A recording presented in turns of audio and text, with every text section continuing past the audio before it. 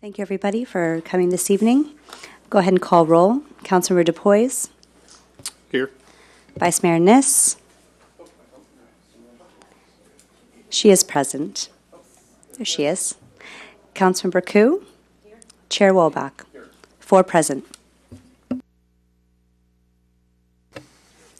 All right, so let's start this off with our first. Actually, do we have any oral communications from the public? Not this evening, no. Okay, and as far as action items, we have 3 all related to audit. So the first is the citywide cash handling and travel expense, and the audit of cable franchise and public education and government PEG fees. So I'll turn it over to the city auditor to start us off. Thank you, Mr. Chair, members of the committee. Harriet Richardson, City Auditor. I'm actually going to turn this item over to Ed Shikata, Deputy City Manager, because they report the initial status, and then if you have questions about our agreement, I'll answer those. Okay, Assistant City Manager Assistant Shikata. City Manager. Oh, yes. I get those all those new titles. That's I have right. to I get them can't keep them And straight. we're also Yes. joined by Deputy City Manager Rob DeGose, who, for those who haven't heard, is now our main liaison from the City Manager's office to this committee. But because of Assistant City Manager running utilities, he's definitely here for this Yes, one. I'm wearing that hat primarily tonight. So actually, I'm sorry, I wasn't prepared to report out on these items. I'm happy to answer questions. We do have staff available here in terms of the both the citywide cash handling and travel expense, as well as our cable franchise PEG fee audit. We've got action that's been ongoing on both of these elements, or both of these audits, and again, happy to respond to any questions. So do we have any staff report on these, on this first one at all? We're here to answer questions if you have. Okay, well then I'll look to my colleagues and ask, do you have any questions? Actually, may I? Go ahead, Mike. So I was reading this, and is, being new to council and so forth, is there, can you give me a briefing on how the cable joint powers and how they're all related over there, and how the media center came about to be under all of this? Oh my, it's a lot of history. So I mean, I don't know where cable comes in, Well, in terms of the city's role, perhaps the best way to describe it is to follow the money, and that with respect to the cable services that are provided by Comcast, AT&T, or effectively cable services, there is a portion of the bills that's called the PEG fees, the public education government fees that all subscribers pay, and the city of Palo Alto receives that fee. It's remitted by the cable providers, and we have an agreement with the media center to provide the services, although the cable fees, the PEG fees themselves are restricted to capital expenditures. So it's a part of the mix in what goes into the actual provision of both our city council meeting, streaming and televising, as well as educational programs. So that's kind of the relationship that exists. The audit itself identified a number of issues related to the use of the PEG fees, and since the audit, we have been in negotiations and in consultation with the city attorney's office on how to go forward in terms of ensuring that the PEG fees are used in legally permissible manner, while at the same time advancing the city's interests in the provision of the services. So that negotiation has been ongoing. There has been some turnover, and as I mentioned, in light of PEG programming and the eligible uses of the funds are regulated, actually both at the federal and state level. As a result of that, really been in consultation on an ongoing basis with the city attorney's office with how we proceed.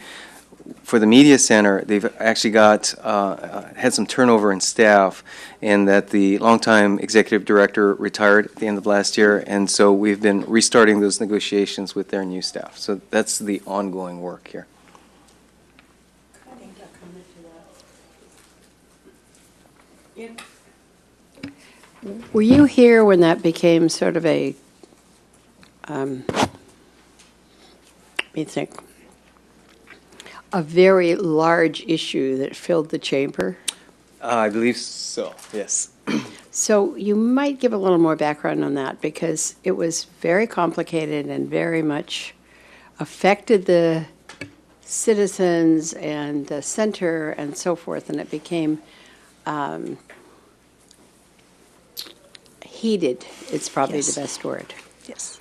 And I think that's important, because what you just said was we're limiting this to capital expenses, and my recollection was that was the area we were going to explore carefully as to whether or not there could be another interpretation. Or realignment of how the funds are used. Yes, And that's right. really where Yeah. our focus has been. So I can probably address that. So when we did the audit, we had a lot of legal consultation on what the interpretation of that law was. And our city attorney actually contracted with a legal expert in communications who deals primarily with cable and franchise fees. And so the legal interpretation we got was based on his opinion, his input. And actually, the attorneys who responded on behalf of the media center on that audit, during a meeting we had with them, they actually told the media center that they were incorrectly using the money, that it really was restricted to capital expenditures. And the issue in the audit was that they were using the money for operating expenses, and that that became a big issue because it seemed like people interpreted the audit to mean that we were saying, take away the money, close down the media center. And our recommendation wasn't that at all. It was really look at options for how, whether to make that funding whole in some other way. And that's really what the city manager's office is looking at. How can they use the PEG fees for capital expenditures in a way that doesn't financially hurt the media center? There was one footnote in the audit that was misinterpreted and put out there as to mean something that it didn't, and people bought into that, and that's what happened. So everything is calm at the moment? I think so. Yes, it is. I think the city manager can answer. Yes, that's correct. Since we are in conversation with the media center on, again, trying to flesh out the specifics of how the funding can be used in eligible manner. Okay, I just reflecting that it was a complicated and spirited discussion that night. And It's still complicated. there were I think many we've toned down the spirit. Many people there, right? That is was. And lots of discussion, if you remember, about the legality of it, with two different sides, one side arguing one way, one side arguing the other way, including someone who came in on the phone from New York, as I recall. The person who came on the phone was the attorney who had advised us. Okay, thank you. But Liddy had asked for more background. I think that's what they call providing the color. Yes, thank you. Yeah. Tom? Yeah, so I'll pick up on that. So where's the discussion about trying to help them buy the building, and how is that going to get resolved? Yes. So that's kind of the essence of the conversation that's ongoing. With the turnover in staff, we wanted to ensure that everyone was up to speed and that we had done our homework in really in consultation on our side to ensure that our proposal met the legal requirements for the use of the funds. And so at this point, I think we're just about to restart the more active negotiations with the media center on the basic outline was to use the PEG funds as pay down toward a purchase of the building that the media center owns. And so in that way, maintain an eligible use. And there are a number of operational restrictions that would then be placed on the building in order to ensure that it does meet its, or meets the requirements for the same limitations on the use of the dollars. Are they on board, or is there Well, disagreement? It's ongoing. We really haven't gotten to a point of disagreement yet, so I think we're still discussing the specifics. Okay. Yeah, I mean, to echo Liz, I think a lot of people came out to talk about the value of the media center, particularly in new technologies, and I think the community appreciates it, so we want to find a way to make it work. Also interested in the AT&T negotiation, and just, can you give a little color? I mean, was that pretty easy, or did it go back and forth? I know the answer to that one, too. The AT&T negotiations were very easy. The city attorney's office sent a demand letter, and there was a brief conversation between them, and they came to a quick settlement. Okay. It's the Comcast one that's still. Right, so can that settlement be used with Comcast? I mean, now that we have settlement with AT&T? No, Comcast has different concerns, and one of them is resolution of the PAG fee issue before they will actually settle, I think. What PEG fee issue? The one that, how the PAG fees were used, and wanting some assurance that they're being used properly. So one of, Comcast is using that to refuse to pay the fee? at this point, they also have a concern about the accuracy, so they're trying to separate the two issues. But the issue regarding PAG fees, what they want some assurance, and so once the city negotiates a way, for example, if they purchase the building, there's a period of time that the media center can go back and restate their financial statements to show that they used the money for other purpose, for capital purposes, and the capital purpose would be part of the, I'm assuming, the down payment for the building. And so then they can restate their financial statements to show that they didn't use it for operating expenses, and that's what Comcast is waiting for. So this is an issue we brought up, Comcast didn't bring it up, right? Correct. And now we have a clock ticking that if we don't resolve it, we can't get that money. Once we identify it in the audit, the clock starts ticking as far as, once we start the audit, we can go back still for that period of time. So that was part of our legal advice, how far back we could go. And once we started the audit, then we could still, that part becomes the open period of time for which we could go back and collect. All right, So that seems like a bigger deal. I mean, and is there no way we can separate these issues until, the city's, accepting this use and not make it Comcast issue? there's been ongoing discussion with Comcast, so it's not just being ignored. There is ongoing Right. discussion I'm with just saying, can Comcast, we- primarily with ASD and our cable coordinator, and Comcast Yeah. and the city attorney's office has been involved too. Yeah, so I guess what I'm asking the city attorney is, can we separate this issue of how the city applies the funds from whether Comcast owes money or not? And what I would suggest is, in this is not the setting that I would necessarily want to disclose Okay. So our negotiation. negotiation kind of position. Okay, But in a different setting, we can have that discussion. okay. And it's relatively small amount of money? Yes. Yeah, okay. And then my last question, thank you, is on the meals. I mean, so are we saying that if we provide meals to employees, it has to show up as income? That's an IRS regulation, yes. So, is that? If it's not reimbursement, like for a travel expense, and there's some rules around meals, and so the question is, for example, at a meeting like tonight, where it's not a routine meal, and the city reimburses for a meal, that's a taxable item according to IRS. So is that different reimbursements. for public agencies and private companies? No.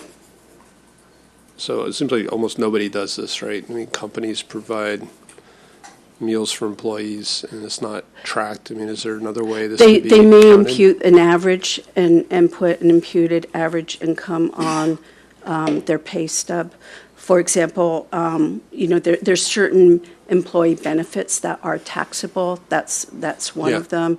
Another example might be if the employer offers a life insurance policy to employees and the employer pays any amount that exceeds $50,000, that they would impute that income onto the employee's Sure. pay stub. But, So they're taxing it. I know. I'm pretty sure, though, that most Silicon Valley companies do not put it on the payroll. And, so are we positive there's no way we can provide this as a benefit without it showing up as income? If we want to comply with the IRS regulations, we should be showing it as income. So you think most of these companies are just doing it wrong? I don't know what the companies are doing. I can only speak to what we should be doing. Huh. Okay. All right. What do we do? I'm sorry, Tom, can I just insert? What are we doing? We just ate a sandwich. You paid Well, it's for going it. to show up on your paycheck list. W-2. We're talking about, there's some things that are administratively burdensome, and you can use that as a way of saying it's not taxable. But there's other ways, for example, some of, like the management professional compensation plan has a provision that employees can get reimbursed up to $20 when that reimbursement would be taxable. I mean, it's more a concern that, it's a benefit for working late or, putting in extra effort, working over your lunch period. So if you're not giving somebody a break, again, the business practice I've seen is I've never seen that taxed, and I just want to make sure that, we've got it covered and there's not any other exception in the law that, it seems a shame to kind of take that away as a benefit for people, working late hours. Well, during the day, I'm not worried about us. I'm worried about staff. Yeah, and I think it's a little bit different with council when, for example, when it's administratively burdensome is the word that the IRS likes to use. When you have to track, oh, you ate a sandwich tonight, you didn't eat one tonight, that becomes a burden. But when you have the receipts for reimbursement, they don't consider that administratively burdensome in the same way. That's when it becomes more of an issue. Well, it's the issue too of a department head or somebody puts it on a P card for a whole bunch of people who are staying late, or it does seem like a burden to break that down.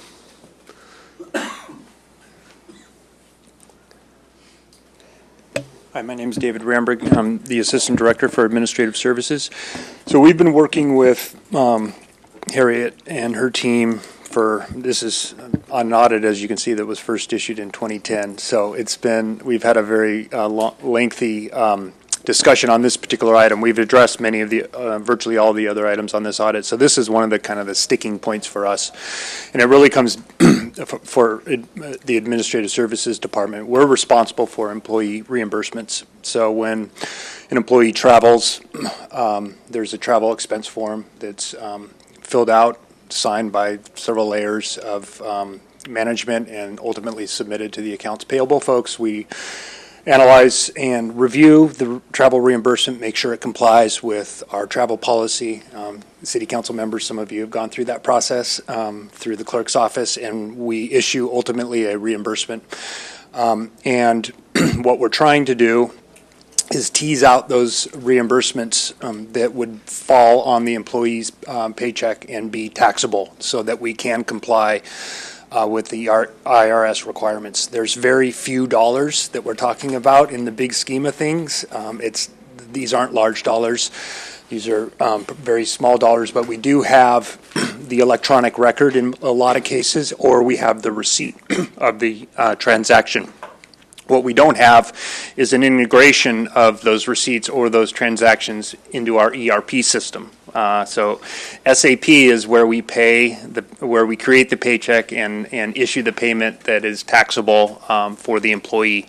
And we don't currently have an efficient automated way to bring the very minute meal charges over to the paycheck right now. So we're looking at a way to do that, and Harriet's been flexible in allowing us to explore the best way to do that without having it be too time consuming. So if the amount is so minute and the cost to put all these processes in place, can't you just say that that's too burdensome from a tax perspective?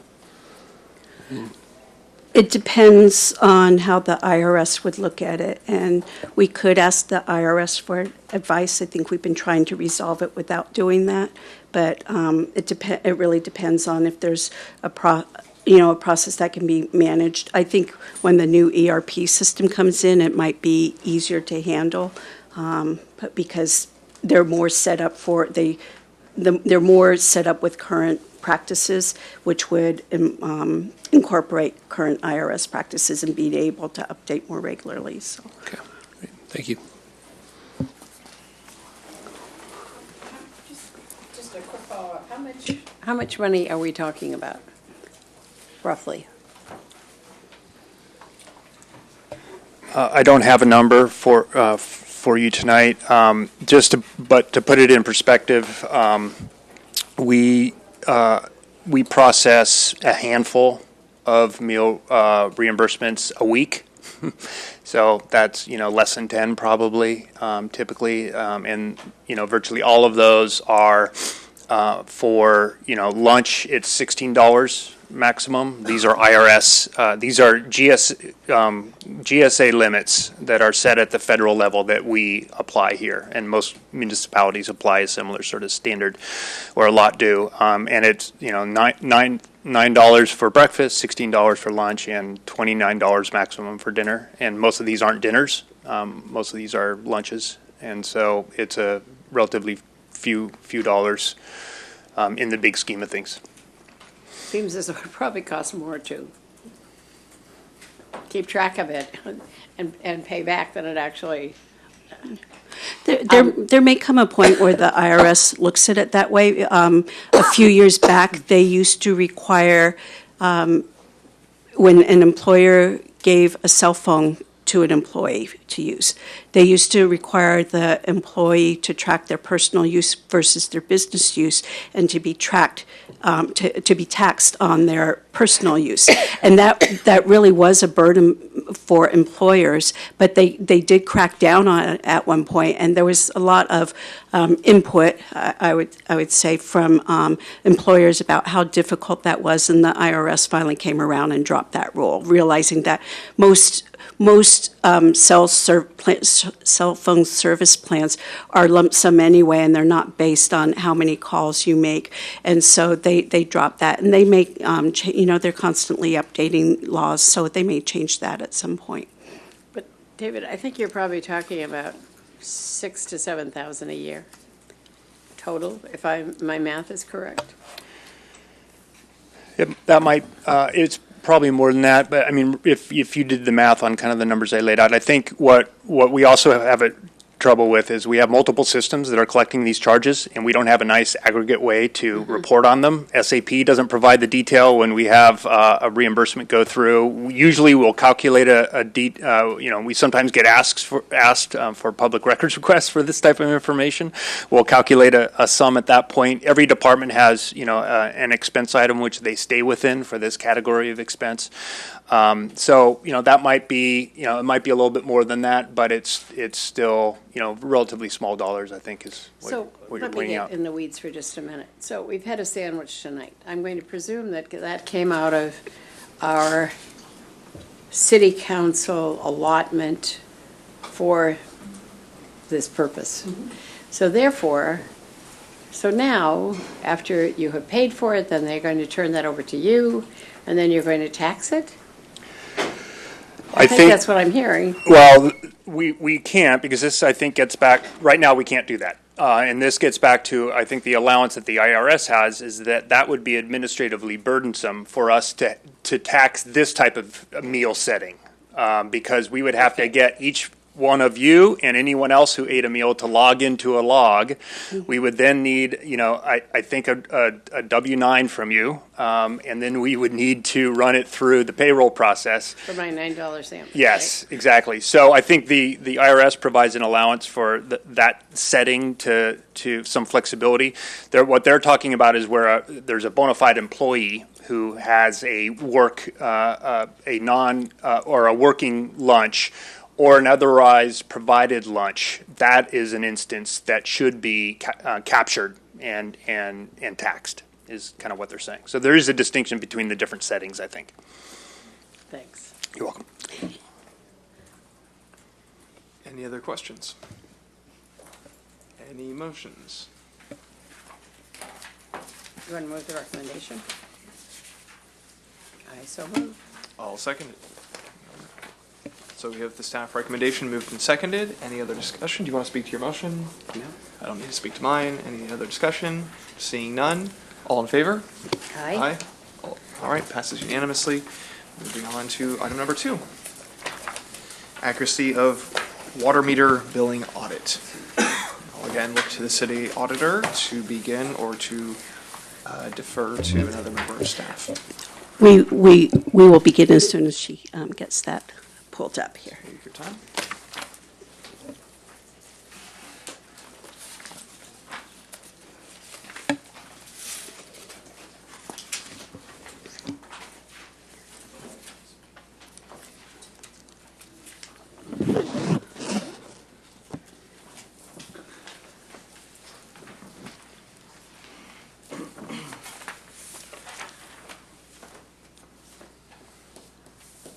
There it is. Okay. I want to make sure we've got everything we need. So Is the one marked number 2 have everything in it? Oh, wait, you also got one of these. Okay, good, because it Yeah. said there was another one coming, and I don't know whether I it got was in or your not. packet last That's week. it. It's Okay, good. Great. and the audit. Do you have the audit report Yep. itself? Okay. Apparently I'm all set. Okay. You want to introduce yourself?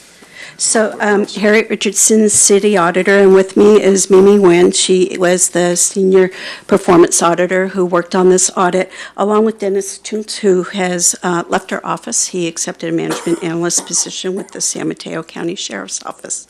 So I'll go ahead and start, and then I will turn it over to Mimi. So the objective of our audit was to determine if water utility customers were accurately billed for their water meter type, size, and related adjustments. We answered 4 questions to address this objective. The first one was, are meters by their serial or badge number, size, and type correctly billed to the customer? The second question was, are billing adjustments identified and adjusted correctly? And the third question was, are the water meters used to measure consumption working effectively and according to standards? The fourth question was, does utilities have a quality assurance, quality control process to prevent, detect, and correct billing errors from occurring? So the American Water Works Association establishes the guiding principles that we use to inform our audit. The AWWA is the largest organization of water supply professionals in the world and the authoritative resource on safe water. Its Standards Committee provides standards, manuals, and guides on selecting, installing, testing, and maintaining water meters. They have 3 principal manners for that they say should be used to measure meter accuracy. The first is the physical accuracy of the meter as a flow measuring device. The second is the appropriate sizing of the meter to fit the customer's consumption profiles. And the third is the appropriate type of meter to best record variations in the flow. So this audit should be used in conjunction with our prior audit that we published in March 2015. That was an audit of utility meters, and it was the procurement, inventory, and retirement cycle. That audit focused on the importance of having accurate meter data to ensure accurate customer billings. This audit focused on verifying the actual billing errors and determining the root causes of data inconsistencies. There is a little bit of overlap between the audits, the 2 audits, as you'll see as Mimi gets into some of the discussion. We focused specifically on identifying billing errors that resulted in a discrepancy in the meter size records in any of 5 areas. The first was the purchasing record, the second was the inventory record, the third was the installation record, the fourth was the billing record, and the fifth was the physical meter installed at the location. Running a report, Mimi identified 540 discrepancies that could potentially result in billing errors. So I'm going to turn it over to Mimi now, and she'll talk about what she found when she did her work. Thank you. Mimi Nguyen, Senior Performance Auditor. We found 3 findings in our review here, and the first finding was that utilities did not adequately prevent, detect, nor correct water billing errors. Finding 2, utilities did install 1,178 e-meters throughout the city. However, the e-meters do not have industry standards or testing standards, and the accuracy and performance and reliability of these e-meters are uncertain. The third finding was that the purchase of these e-meters did not conform to standardization and sole source policies, and the e-meter expenditures were not monitored.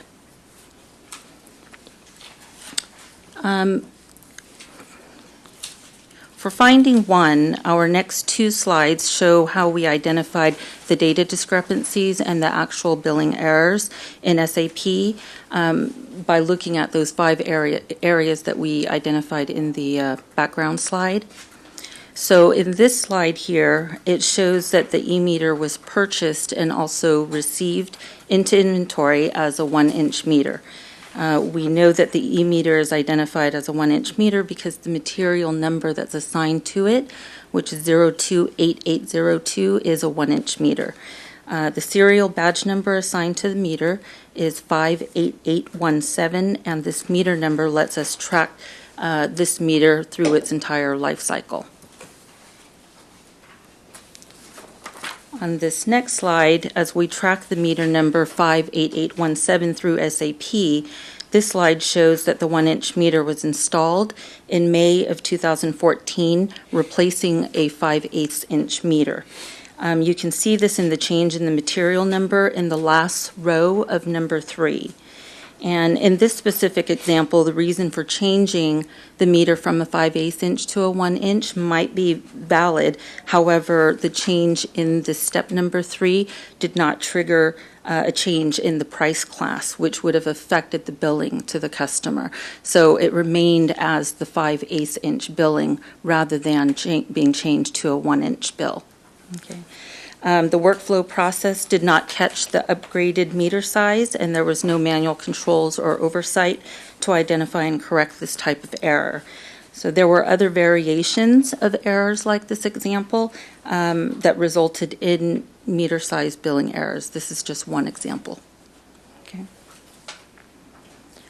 So after physically inspecting and reviewing the records of all of the 520 data discrepancies that we've looked at, we found that 213 of them actually resulted in billing errors. These errors were across various meter sizes, as shown in this table here. And although the audit reports a 2.7% error rate, we were really unable to determine a true error rate due to the various types of discrepancies in the meter data records and the various types of billing errors.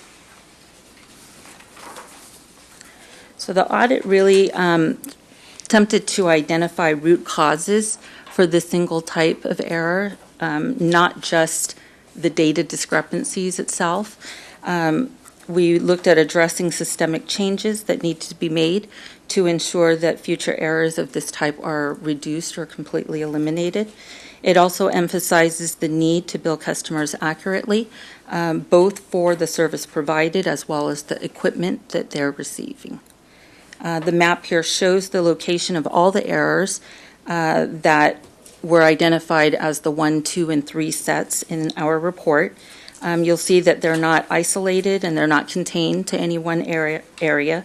The meter size errors are not only widespread by location throughout the city, but also in the type of data inconsistencies and the causes.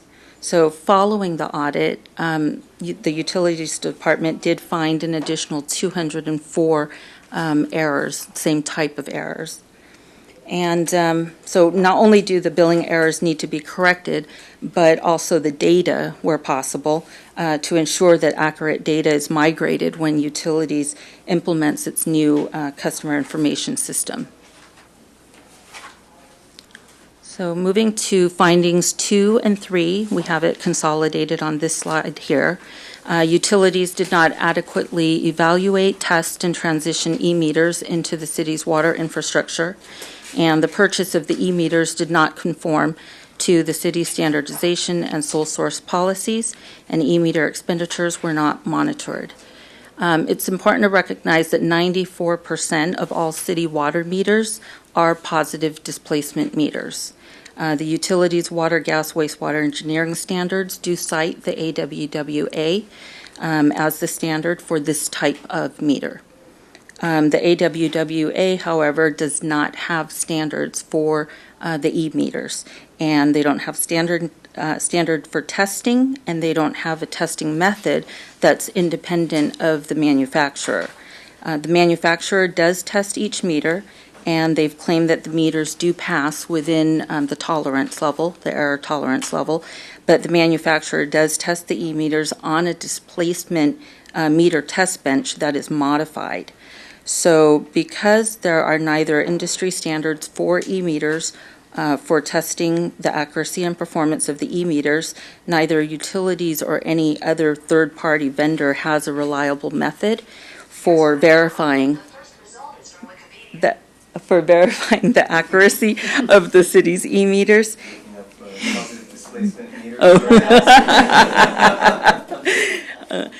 And also, we do not have a way to verify the reliability of the manufacturer's modified test bench.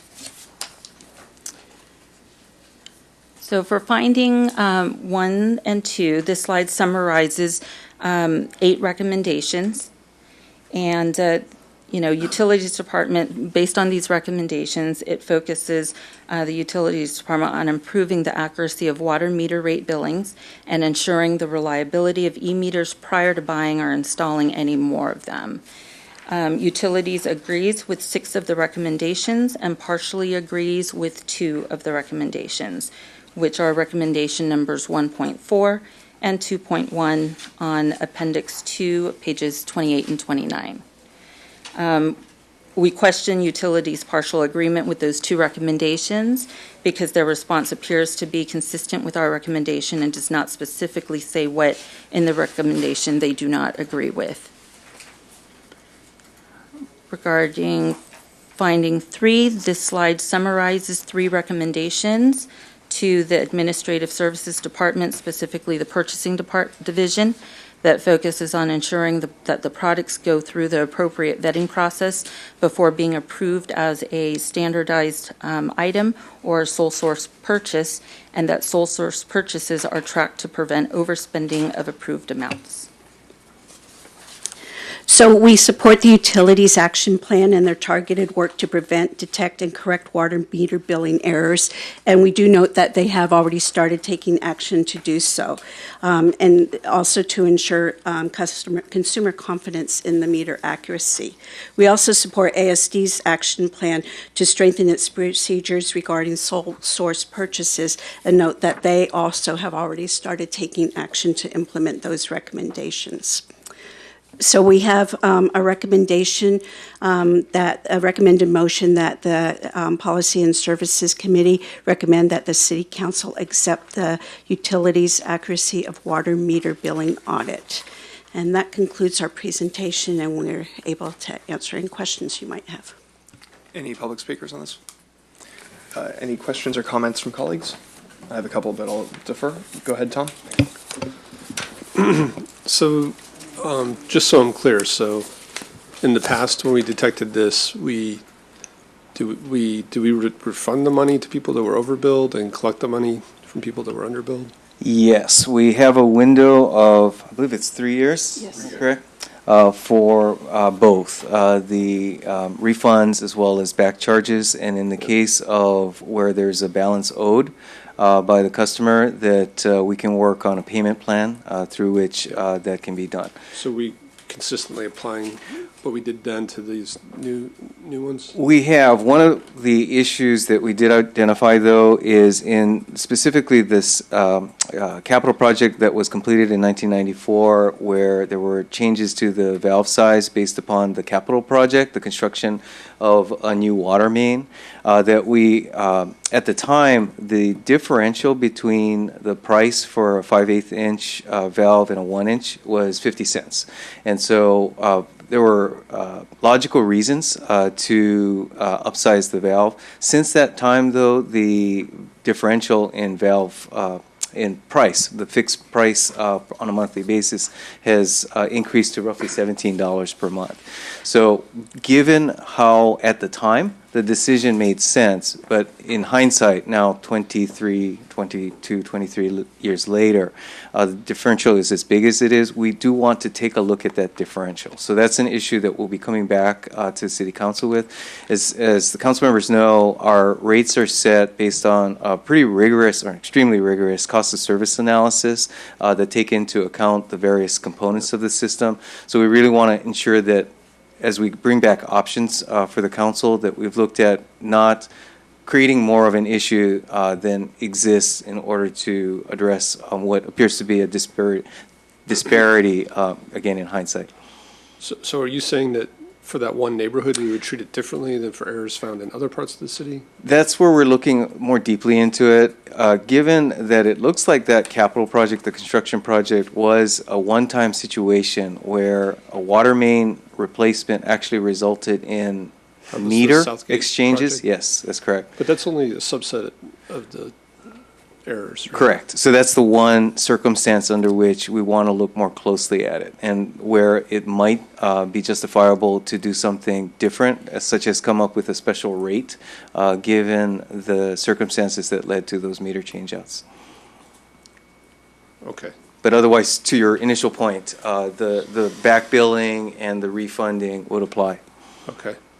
And then it looked like there's a little back and forth about whether it was mostly about that project or if there was more systemic error. Have you guys agreed on a path, I guess, moving forward? Well, I think, quite frankly, and I'll just speak for myself and on behalf of the Utilities Department and City Administration, the issue we really took issue with was the description of the concern as an equity issue and the decision for how the meter changes were made. And from staff perspective, we really don't see that as an equity issue. It was really, again, justifiable at the point in time that the decision was made. And so it was really more the characterization than anything else. And with respect to, well, and I think beyond that, it may either be a misinterpretation or miscommunication in terms of whether, how that disagreement played out, because again, to your point, we do believe that there are systemic issues with the potential for human error to just exist indefinitely once an error were made when the installation was done. Since that time, and really as a result of the audit, so giving credit to the City Auditor's Office, we've now implemented regular checks. So we've now implemented monthly reconciliation of the installation with the billing records. Now that said, it is a highly labor-intensive process. So as we're going through it, there is still the potential for human error to be a part of what we need to look for.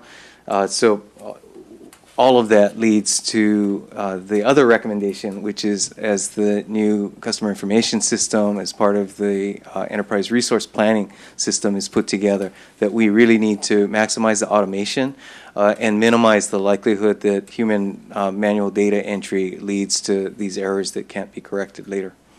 I want to add something to that last comment. If you look back at slide 4, those 5 different areas that we listed on slide 4, the 5 different places where there can be a discrepancy.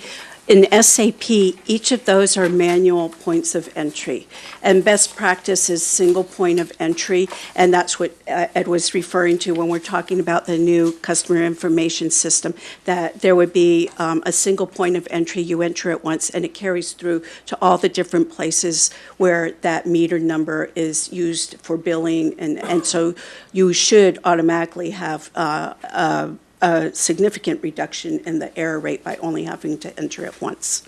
Okay. So I have some questions about e-meters. I assume we switched to e-meters for a reason. So what are the benefits of e-meters? And make sure I cover some of those. Let's see. So the decision was really made in 2013, and let me certainly acknowledge that, as was pointed out in the audit, that there was a flawed process in how the decision was made to proceed with that in mismatch between the initial approval and then what was purchased. So the standardization on that and then implementing it as a new standard really was not done correctly. But that said, the rationale for going to the e-meters related to, one, the lighter weight of the meters themselves, so they're actually easier to install and remove. The e-meters, and part of perhaps what would be worth going through is a little bit of an understanding of the meters themselves. The suggestion e-meters sounds very high-tech. This isn't like you can read the value remotely? Not in and of itself. Okay. The fundamentally, it's actually a brand name or a series of the types of meters that are labeled e-meters. The primary difference is it's not mechanical in the way that it measures the water going through. It's ultrasonic, so it does pings, effectively a little sonar system in there that allows the pinging to detect the rate of water flowing through the pipe. So that's the primary difference. It's the method by which they measure money that. in terms of reading water meters? It could in the long term. It sets it up for what would subsequently require the transmitter in order to remote read as well as then to have the data collection. So it's really fundamentally, it's simply the method by which the water measurement is taken as the primary difference.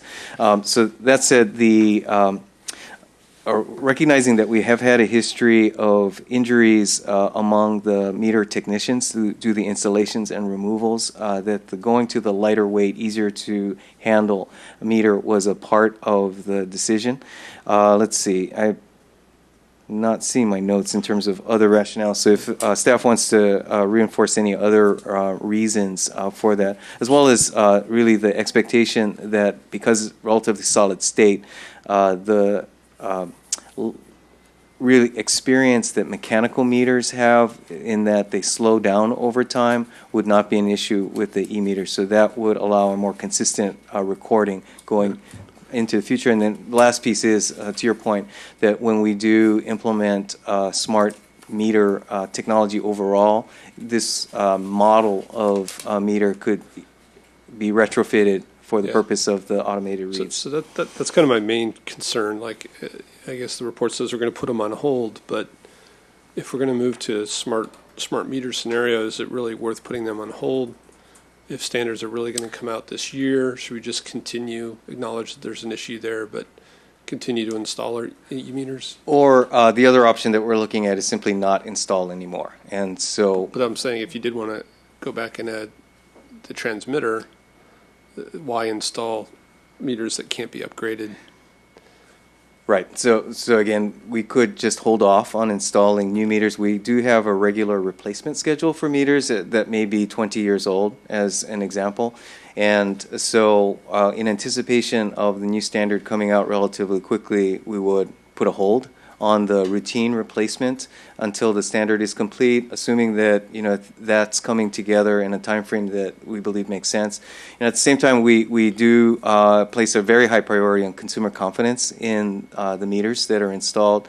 So while we're in this period before there's the independent methodology established and that we can implement that either in-house or through third-party testing labs, for that reason, we believe it'd be prudent not to proceed with installing anymore. Okay. So staff's really comfortable with that? It's yes. not a big deal to put these on hold? Correct. I think that, given the relatively short time frame in anticipation, that holding on installing new should be fine, in terms of any risk associated. If there are mechanical problems with other meters, then since those would be one-off, replacing those with mechanical meters would be the approach in the short term. Okay, thank you. And then, so I guess you're just really asking us to accept this motion, not to, I guess there's agreement on moving forward, and we're just accepting the report tonight? That's generally the approach, yes. Okay. I guess the one thing I would ask us to look at is whether those partially agrees, based on the responses, should be changed to agrees. The responses do read like they agree, and I'm not sure what Okay. is in them. Well, before we go there, Just objecting So, to the yeah. equity term. before we go there, it looked like you had an update on e-meter, or? Oh, yes, just one other rationale for going to the e-meters is that the technology has a better sensitivity to extremely low flow. So to the extent that our residents are implementing more and more water conservation, that it allows us to have a more accurate read at that low end. Okay. Okay, thank you. There is a picture in the presentation, let me see. Liz? Yeah, on slide 10. If I may, I'm kind of looking for some show and tell here. And When in we the have executive meetings like summary. this, is it possible to bring these devices with you? Yes, so we should have thought of that, did not, but would be certainly happy to do that if these desire at the full council. knew I'd seen So something, just to yeah. give you a sense of scale, the displacement meter, as it's labeled here, is the mechanical meter. It's about this big. We're talking about a either 5/8 It's the or one 1 that inch. most residences have? Correct. It's either 5/8 or a 1 inch. Yeah. Let's see, I remember the numbers. I think we have about, is it about 15,000 of the 5/8 inch, and about, is it 1,000 or less of the 1 inch? It's a little over 1,000. 1,000 of the 1 inch. So relatively speaking, there are a lot more of the 5/8 inch meters than the 1 inch. That's actually the test bench. So that's the setup that exists on the Municipal Services Center on the yard. So next year, we'll make sure they put that on the tour. So you can see where the meters are actually lined up and they're tested. They go through a low flow test, a moderate flow test, and a high flow test, and we compare the reading on the meter to the measured quantity of water that goes through. And so our standard procedure is to test 10% as they come in. At the time that the majority of the errors happened, we actually did not have a functional test bench in place. There were some moves that were happening at the yard, and so as a result, it was not operational. I believe we might have also not had water meter techs at that time due to attrition or moving people to other positions. So, for a number of reasons, this was not done correctly, and so we've now put the systems and people back in place, although we still do have vacancies in the water meter tech classifications, as well as a couple of the key management positions that are be responsible for overall management of this as a program. Okay, so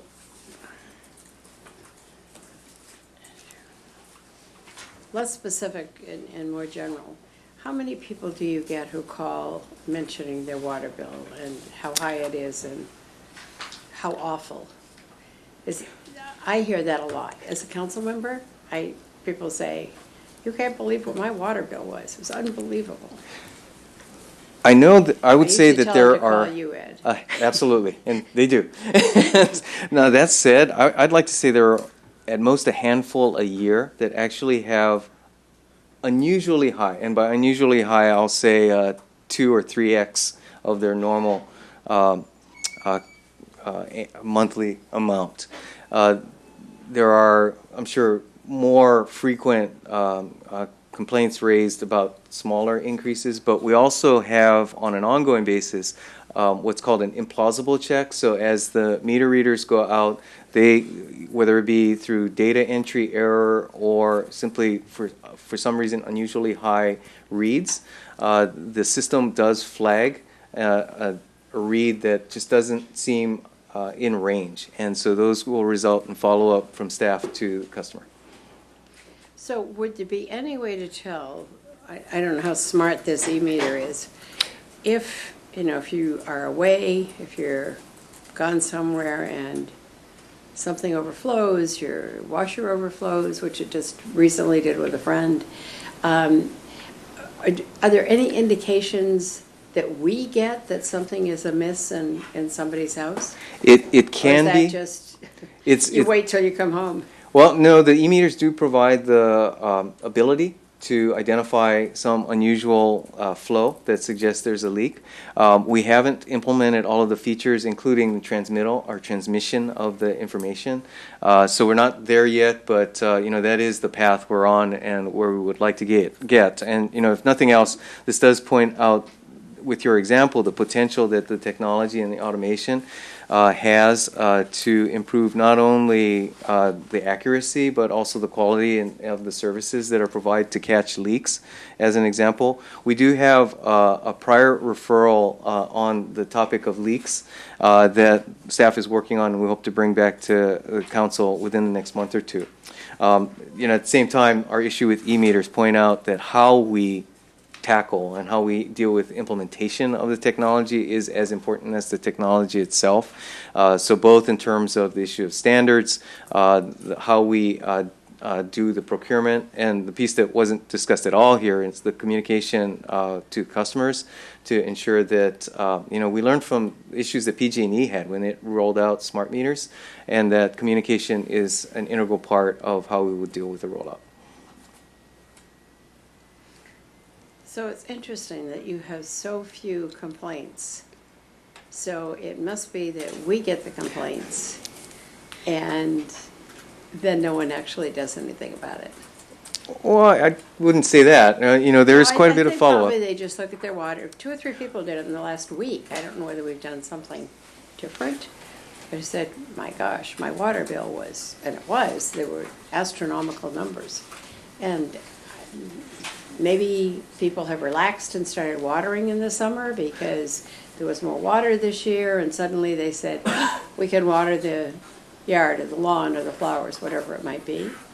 So did you see any of those upticks? Yes. Upticks this summer? We are actually, yes, we did. And part of it being, to your example, irrigation systems, sprinkler systems that hadn't been used. Either both over the winter or through the entire drought. And so as a result, being turned back on and finding breaks. And so those have definitely led to an uptick this year. I suspect this issue will lead to an uptick as well, as there's more public awareness of this meter billing issue, and so unfortunately, I hate to say it, you may get more calls and emails, as will we, and we'll absolutely endeavor to deal with those directly and as quickly as possible. I'm sorry, one last thing on the e-meters. I do want to note that it is our plan, expecting that some customers will simply say they don't want to have these e-meters installed, that we will remove those at the utilities expense, not the customer's expense, on request. It's so fascinating because you deal with such an absolutely essential item in our lives and in our budget, and we have incredibly good water. I mean, no question about that. But there is a cost to that, and I'm afraid we may have lost some of our drought awareness policies. And I frankly am sorry that Jerry Brown decided to get rid of those for the reasons that were stated. But it's too bad we didn't keep those in place and continue those good policies we had for 4 years, 5 years. It's quite some time. So that's just an editorial comment, but I've often thought, we were all on such a good path where we're going to have water resistant and take out our lawns and so forth and so on. And in some places that actually happened, but in many places it didn't. That's it. It's my editorial comment. Lydia, do you have any questions or comments at this time? Just one. Ed, when you said the transmittal of the flow from the e-meters, can that be arranged to go to a customer, or is that usually to utilities, and then utilities has to communicate to the customer?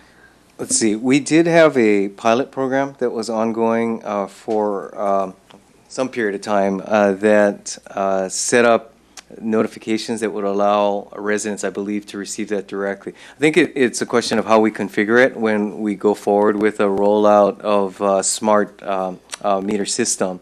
And I suspect it should be able to be configured so that the customers themselves would receive that notice. We just haven't gotten to that point yet. And what are some of the reasons that they don't want to have e-meters installed? Well, I think right now the issue is the testing and the availability of independent third-party testing and the standards through which those tests would be conducted.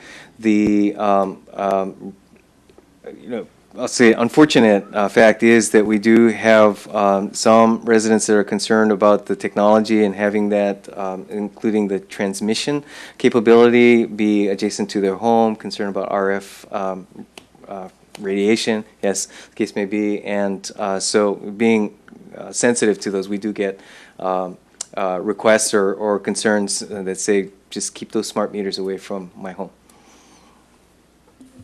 So will utilities do testing of those to have data to show that there isn't magnetic fields or any of those sort of stuff in order to help? I think we'll provide as much information as we can when we're ready to go with a full rollout. I suspect there will be some residents who are not convinced in any case, and I think we should be able to provide allowance for that, at least in the short term, to accommodate their preferences. Thank you.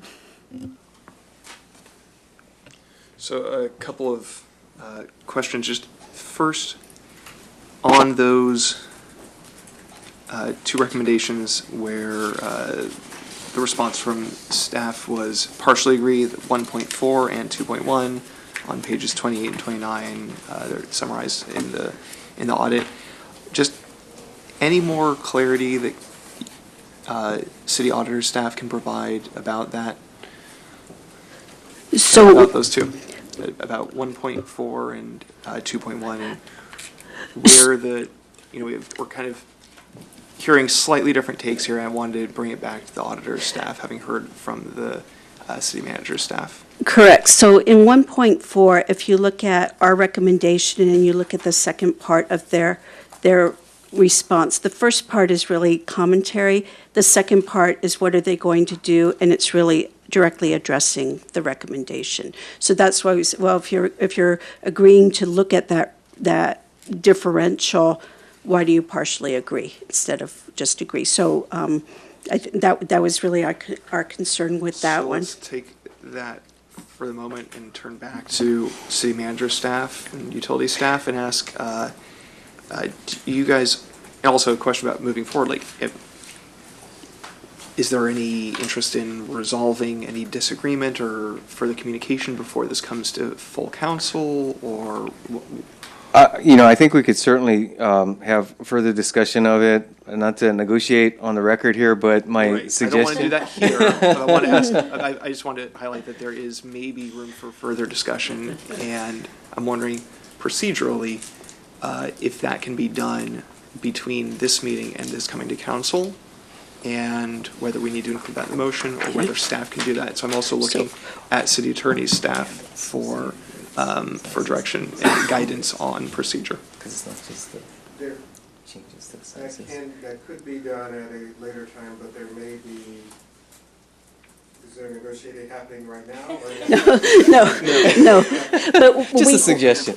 We have actually done that on a previous audit. I believe it was the workers' compensation audit where there was a little bit of, and policy and services actually asked us to go back, and before it went to council, they had an updated response to those questions. That's my recollection as well. There was some harmonizing that was done. Yes. Prior to it going to council. So when it comes time for a motion, I think we may include the suggestion that be attempted. And then we'll haven't made a motion yet. So my concern is that there is, I'm about to turn to the second one just to see if it's the same issue. On recommendation 1.4, city staff says that they partially agree in the report. City auditor looks at the response and says, my read of it is, you guys aren't just partially agreeing, you're totally agreeing, so what's the issue? And so in order to have greater clarity and have everybody on the same page when this comes to full council, when it comes time for a motion, I'd like us to provide direction that allows the auditor staff and city manager staff to collaborate and try and find resolution of that area of potential disagreement. So let's turn then to 2.1, and I want to again turn back to the city auditor. And do you think that this is another area where there may be, or is there anything more we can say about this one? Is this another one where you feel that you actually are on the same page, or is there a true disagreement here?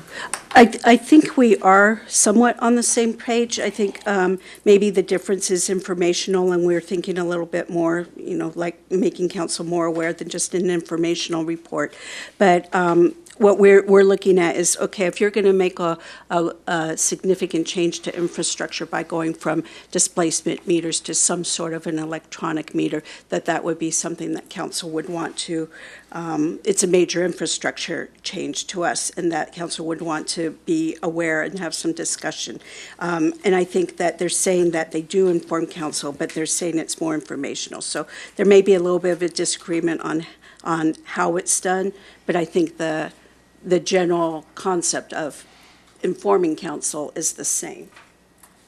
Yes. Any other response to that? Just, again, your take on what we're looking at here and how these are categorized as agree or partially agree from the city manager staff? I would just echo, I think, what city auditor said in terms of the distinction is really the recommendation states pretty explicitly to bring it forward to council for approval. And from staff standpoint, the definition or sort of the threshold at which a change is significant or systemic on a daily basis can be a variety of interpretations. So that's where we would prefer not to lock in to the requirement for approval without a clearer definition of where that threshold for significance Are you is. worried about setting a precedent, essentially? Or quite frankly, an ongoing audit finding that doesn't close, which does happen. Okay. No offense. I understand the desire for clarity and, being able to have identifiable problems and action plans for resolving them. I think we would all agree you don't want something that can't be resolved, for which there's no clear path towards resolution. Moving on, I guess more commentary than a question, unless there's any more that anyone on staff, city manager staff or a city auditor's office, about finding 3. And I'll just say that this is one that I found pretty concerning, but I appreciate that it's been discussed, been identified. I appreciate that there seems to be no disagreement here about the path forward, and that we're looking to get this resolved within the next 7 months. I would say that I would agree that they are already working towards that and have already started making some changes. So I think that one's on a path already to be completed as their schedule indicates. Yeah. In general, I've had some questions and heard enough concerns raised about purchasing and procurement, et cetera, in the city, and so I think that this is a step in the right direction, and I do appreciate, again, the work done from auditor's team and city manager's team to really address this and resolve it expeditiously. So with that, actually, since I was suggesting a tweak to the motion, if it's all right with my colleagues, I'd like to try my hand at a motion on this one, which is. Before you do that, can I ask Sure. just one general question? Please. Do we, in situations where they have been overcharged, do we give a credit or do we actually give a refund? Dave, give a credit. Yeah, it is typically a credit. Okay, so it just goes on to the next bill and Correct. they're charged less? Correct. Yeah. I think that must be far more effective than. It's certainly far more than efficient. sending money back. Believe it Yeah. or not, we have cut checks for less than $1, and it's been very odd. But so our practice is credit them Yes. for the next time. Thanks. All right, so as for attempting a motion, I'll move the staff recommendation with a slight change. So that would be the Policy and Services Committee recommend that the City Council accept the utilities accuracy of water meter billing audit, and that between this meeting and this coming to full City Council, that City Auditor Office and City Manager's Office attempt to resolve disagreements on recommendations 1.4 and 2.1 if possible. Second. I think I've spoken to my motion. If anyone has questions, feel free to ask me to clarify, but otherwise I'll forego further comments at this time. Would you like to speak to your second? I only think that this is a really good conversation, and I'm glad that we've had it. I'm glad that we did this audit. And, Ed, I'm pleased that you're in the role you're in. I feel comfortable about it. I just think our water is so precious, and we sometimes don't pay enough attention to it and how it's dispersed and tracked and so forth. So I really appreciate your presentation tonight. And thank you. And I've forgotten your first name. Mimi. Thanks, Mimi. Any other questions or comments on the motion? Seeing none? All right. All in favor? Aye. All right. That passes unanimously. Thank you. Thanks.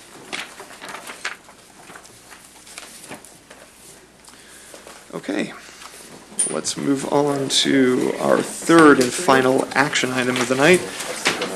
Auditor's Office Quarterly Report as of June 30th, 2017. So, again, Harriet. Thank you. Go ahead. Okay, so this is our standard quarterly report, but I do have a couple of format changes in here that I'll talk about as we go through. One of them was a request at our last presentation of our third quarter, at the presentation of our third quarterly report. Get that straight. So this is our fourth quarter update for April through June 2017. A few highlights. We published and presented the audit of the cross-border inspection contract. We published and presented the continuous monitoring of payments audits, and we published and presented the audit of green purchasing practices. We had 4 of my audit staff who participated in a 3-day on-site training on performance auditor. And I gave a presentation along with Senior Performance Auditor Humam Basina at our local Bay Area Local Government Auditors Association of our cable franchise and PAG fees audit. And then Senior Performance Auditor Humam Basina participated on the peer review team for Multnomah County, Oregon.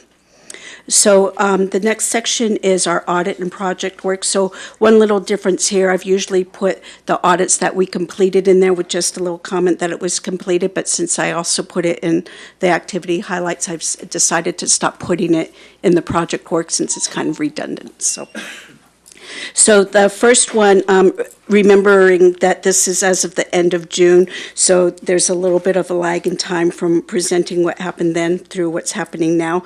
The first one was that the audit you just heard was still in process and was undergoing final review, so the next quarterly report will give the update that it's completed. The continuous monitoring audit of overtime is in the final stages of reporting. It's scheduled for presentation at the September Policy and Services Committee. We have started an audit of ERP planning. We actually have several ERP planning audits on our audit plan. The first one is data and system governance and security. And the purpose of that audit is really to look at the overarching governance policy regarding our IT systems and data. And so this audit we expect to complete before the end of the calendar year. We have some planning work that's being done right now, but it's going to be, field work on it's going to be pretty quick, so this will be a very quick audit to get done, and we have some very good criteria to help us with that audit. We are also doing an ERP planning audit of data reliability and integrity. So one of the things on this audit, we originally started thinking this would be one audit, but it's become, as we started, we realized this really needs to be a series of audit reports to help the city be able to move along quicker as it starts getting ready to implement a new ERP system. So the idea of this is to try to prevent garbage out from becoming garbage in the new ERP system, and making sure that the data is consistent and reliable. So one example of that is the meter audit you just heard. And so that we get to exclude from this audit because we already did the data reliability piece on the meters. Another example was the vendor master file, which we did in our continuous monitoring audit of payments. So those two are out of the way, but what, in working with ASD and trying to identify what would be most helpful for them, we decided to do a data standardization audit first as part of this, and that's really looking at data that is used throughout different sets of tables, they call them tables, that collect data on different types of things in the system to make sure it's entered consistently. A good example of that is addresses, where someone might spell out street, another person might put ST, another person might put ST period, someone else might put STR, and that happens with a lot of different types of data. Even like with the meters, we'd see meters spelled out, we'd see it MTR. And those kinds of things make it difficult when you're trying to do reports and find similarities and do trends and all sorts of different things that you can do for a data analysis if you don't have consistency. So we're going to come up with some data standardization guidelines that will help them with implementation that they can implement before they transition the data over. The next sets of those audits will look more at specific data sets similar to what we just did on the meter audit.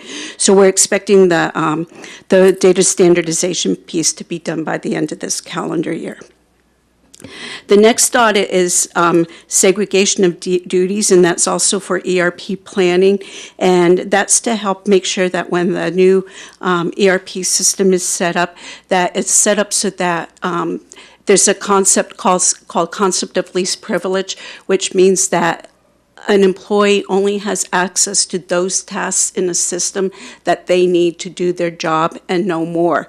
And that prevents people from doing things that they shouldn't do that could compromise the city's assets in some way.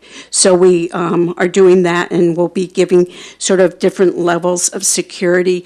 Ideal would be the best. There'll probably be like an intermediate layer, and then a very basic level, and then we'll identify mitigating controls that the city would need to implement if they can't do the highest level and have to notch down on each of those. So we're again expecting that one by the end of this calendar year.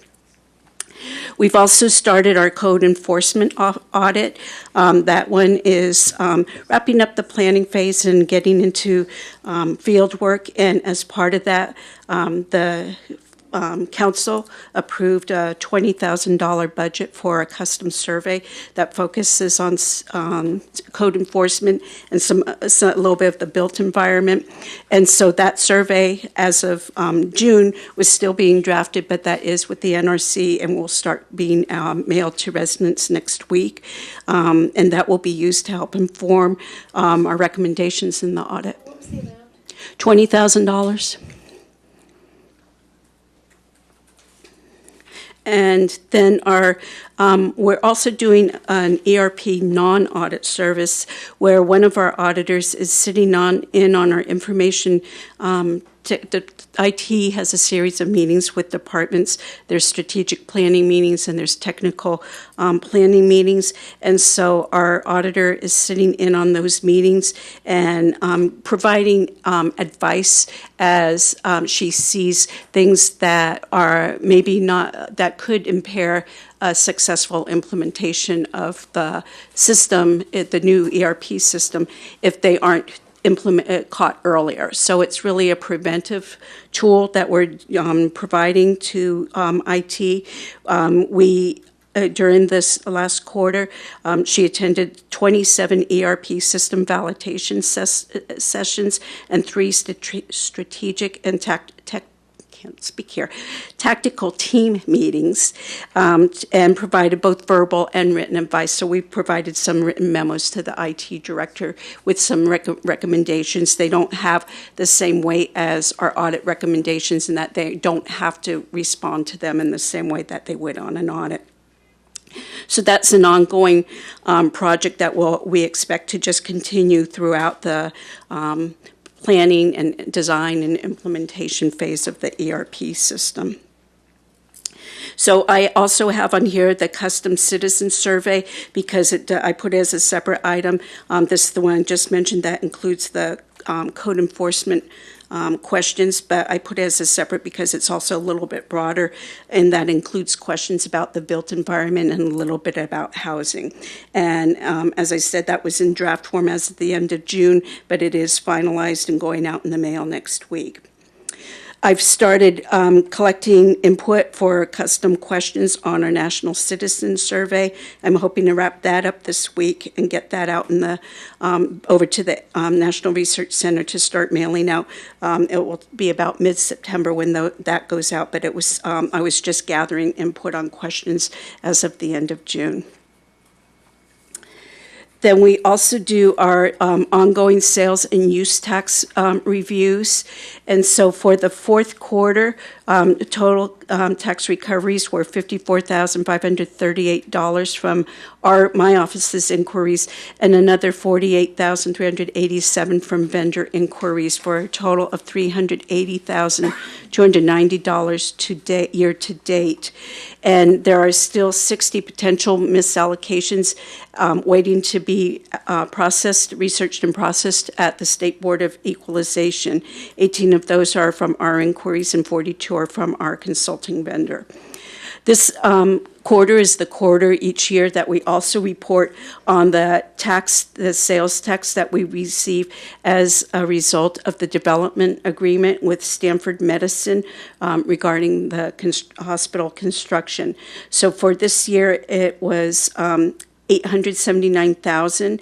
It included $883,000 for this past calendar year, but it was a reduction of in prior year adjustments because some adjustments they had to make where some things were misallocated. So since 2011, we've received $2.9 million by having this agreement in place. And then we continue to do our advisory roles, sitting in on the Utilities Risk Oversight Committee meetings, the Information Security Steering Committees, and the Information Technology Governance Review Board meetings as needed. So this next section is the status of audit recommendations, and this is one where I've made quite a change, and I'm hoping the format works for you given the size of the paper here, where I can press some columns together. But last time I was asked not to just put the number of open recommendations, but also to put list of some of what those recommendations were. So I'll go through the numbers and not read all of these to you, but if you have questions about any of them, feel free to ask. And again, remembering that these were as of the end of June. So the citywide cash handling, we did receive, even though it was just presented tonight, we did receive the status of that as of the end of June. And so we have one recommendation left open, which we discussed earlier tonight, and there was one that was implemented during the quarter. On the utility meters, procurement, inventory, and retirement audit, that has 15 recommendations. They reported that 14 of those were closed and one was still open, but we did not have a chance to validate some of those. Some of those tie back to the first set of meter discrepancies that we identified in finding one in the audit that we presented tonight. So I think that we separated those out in the graph that we have attached here because we still feel like there may be some that we disagree with. So I put them kind of in a not yet validated category, and we'll come back later and say whether they are or not validated. We have the Animal Services audit that still has all 8 recommendations open, but there is an update coming to council very soon. I've seen it on an agenda. I'm not sure if it's the next meeting or the one after that, but there is an update coming to council soon. Last night. It was last night, okay. So, but those recommendations as of June were not implemented. The parking funds audit, that one had 8 recommendations. That one is scheduled to come to council in October, actually to Policy and Services in October, but we did already receive the update on that, and there are 4 open recommendations and 4 that were implemented during the quarter. The disability rates and workers' compensation audit, that one is also scheduled for October. That one has 15 recommendations, and those are all still open. There has not been an update provided yet. And just kind of a quick comment on those. The updates on these, there was kind of there was a restructuring of how these updates were done, and so it was hard getting that practice, that protocols for that established. So now I think we're on a good schedule for how they're all scheduled to be presented. And so the departments are working on these, and I think as you're starting to see, some of these are getting implemented where they were just sitting for a little while because we didn't have our protocols set up for that transition. But you'll start seeing more of them get closed as the year goes on. The cable franchise and PEG fees audit, as of June, and as presented tonight, there were 9 recommendations with 7 open and 2 implemented during the quarter. The Community Services Department fee schedule audit, so that had 3 recommendations. 3 of them are still open. That one is due for its first update in October, but I think it may not be scheduled until November. I have to go back and look, but that one is the first update. It's not past due. The continuous monitoring payments, that had 7 recommendations, and 7 were still open. It's not scheduled for its first update until February. And the Green Purchasing Practices audit, that also had 8 recommendations and is not scheduled for its first status report until February. And the same with the utilities cross-bore inspection contract audit, 4 recommendations due for its first status update in February. And then we have a little graph here that shows what were implemented during the quarter. So this is where you can start seeing some action happening after we got our protocols in place. It's your packet page 27, where 9 of them were implemented during the quarter, and then the not yet verified are those 26 that we've received but haven't had a chance to go back and look at in detail. So the number of open recommendations has declined quite a bit. So it's down to 38 from prior fiscal years, 22 from the current fiscal year. And so that number had been up to about 70. And so it's come down quite a bit from where it was a year ago. And then on the last page, our fraud, waste, and abuse hotline, we did not receive any complaints, allegations during this quarter, and all of the prior complaints have been closed. So that completes my presentation, and I'll answer any questions. Any questions or comments from colleagues? It's exhaustive. I just wanted to say thank you for the format change. I find that useful. Okay, thank you. I'll agree with that. Anyone else? Any motions? No. All right. Does anyone want to move the staff recommendation? I'll move that. Go right ahead. All right, and I'll second it. Would you like to speak to your motion? I just have one question. One of the things we used to do. Oh, I'm sorry. We used to list what was going to come up in what month. And I can I mean, I can put it together by figuring out what month you said it's going to come up in. But for example, what comes up in September at 7 o'clock at P&S on the 12th? So we have, so the parking. Am I missing the table? Is it? Yeah. Oh, yeah. And that date is It was changing. where? It's the next item on our agenda, so it's at places. Oh, at places, well, then, Or maybe I just got that one. maybe I just didn't see that one among all the other paper. Okay, so we've got one that says when City this Clerk, is did we all coming? get this, or did just I get a copy of this? Yes, Liz, you should have received a copy here. You can use mine for right Thanks. now. You're welcome. It's probably at the bottom of the bucket here. Okay, all right, so this is very helpful. I hadn't seen this before, so Okay. thanks. Takes care of my issue. Okay. All right, I don't need to speak to my second. Anyone else? Questions or comments before we vote? All right.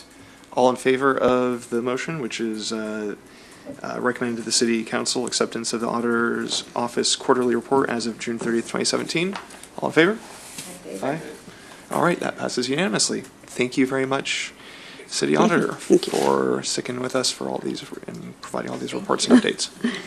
Okay, so that moves us to the last item of the evening, which is future meetings and agendas. So here I'll turn to City Clerk, but also Rob DeGose, who is now our main liaison. And also, since a lot of these are audits, Harriet, if you want to stick around while we discuss this. So I don't know if everybody's found it. We did get this at places. It looks like everybody on the committee has one. Is everybody comfortable with this tentative work plan? Are there things which are missing which you would like to see? Tom? I've requested a couple times. I think it'd be interesting to get an update from the Magical Bridge crew. I mean, they're opening a new one. Yeah, we certainly can do that. That'd be great.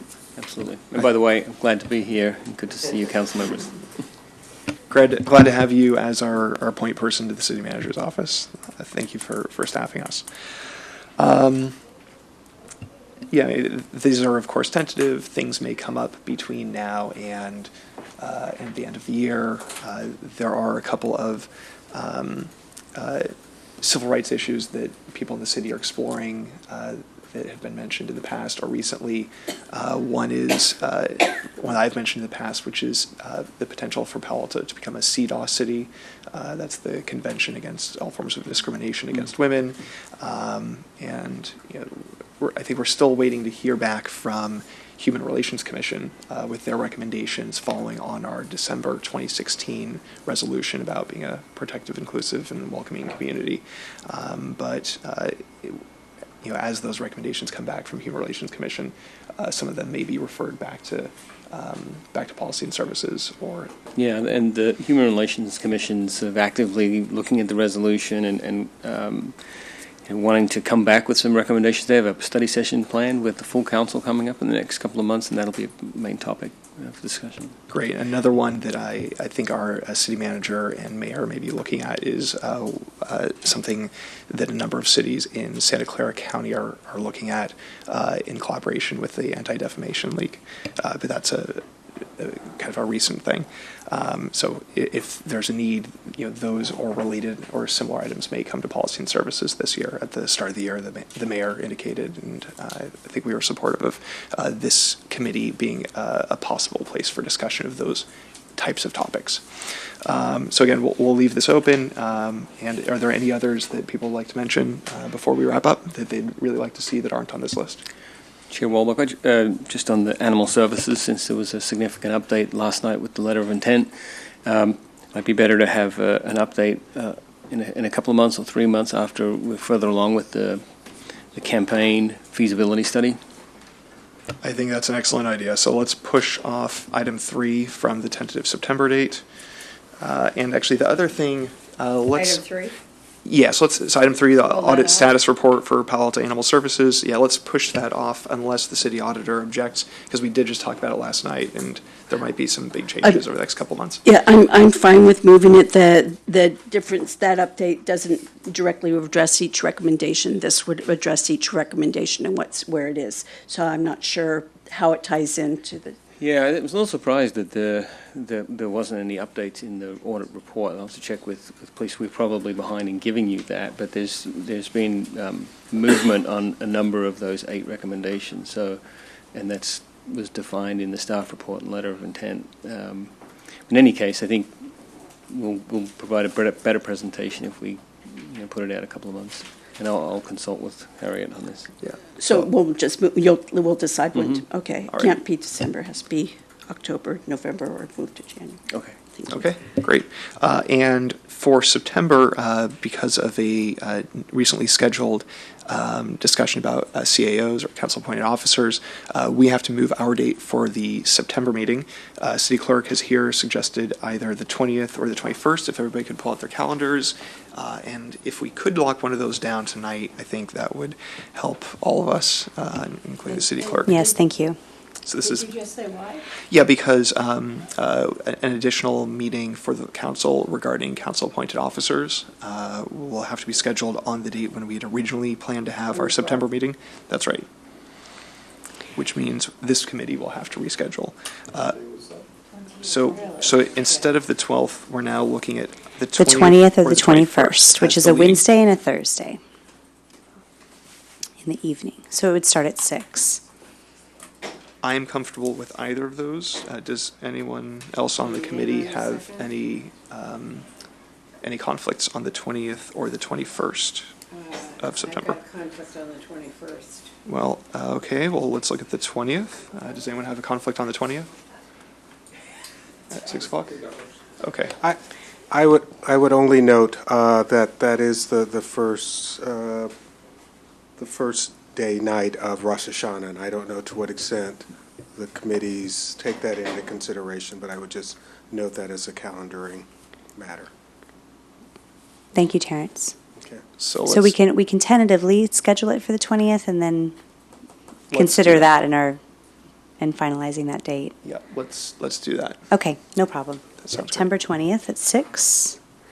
I think I have a conflict on the 21st as well. Okay. Yeah. I'll So- talk to the city clerk and we can confirm. Great. Thank you, Terrence. That Okay, was good. great. And if that's it, this meeting's adjourned. Thanks.